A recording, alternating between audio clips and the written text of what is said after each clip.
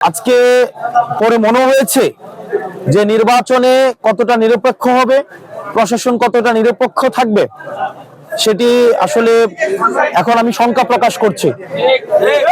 পর্যাপ্ত যুক্তি, পর্যাপ্ত তথ্য থাকার পরেও আমাদের একজন প্রার্থী উনি ব্যাংক ডিফল্টার, উনি উইলফুল ব্যাংক ডিফল্টার, উনি একাধিক আর্থিক প্রতিষ্ঠান থেকে বিগত বিভিন্ন সময়ে উনি লোন নিয়ে সেটি আর ফেরত দেয়নি। দেশের অর্থকে উনি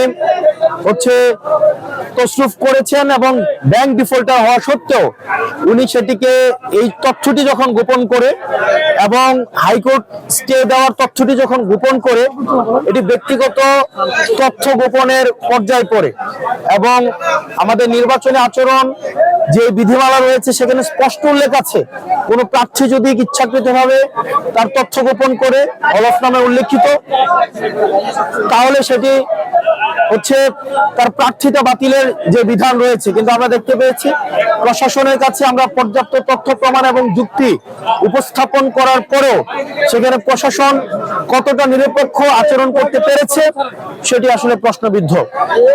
তো আমরা এখনো প্রত্যাশা করি, কিন্তু প্রশাসন আমাদের কাছে মনে হয় একটা বিএনপির দিকে ঝুঁকে গিয়েছে। সহজ কথা, প্রশাসনের যে দ্বিচারিতামূলক আচরণ সেটি নিরপেক্ষ, সুষ্ঠু, অংশগ্রহণমূলক নির্বাচন কতটা হতে পারে সেটি নিয়ে আসলে আমরা শঙ্কা প্রকাশ করছি।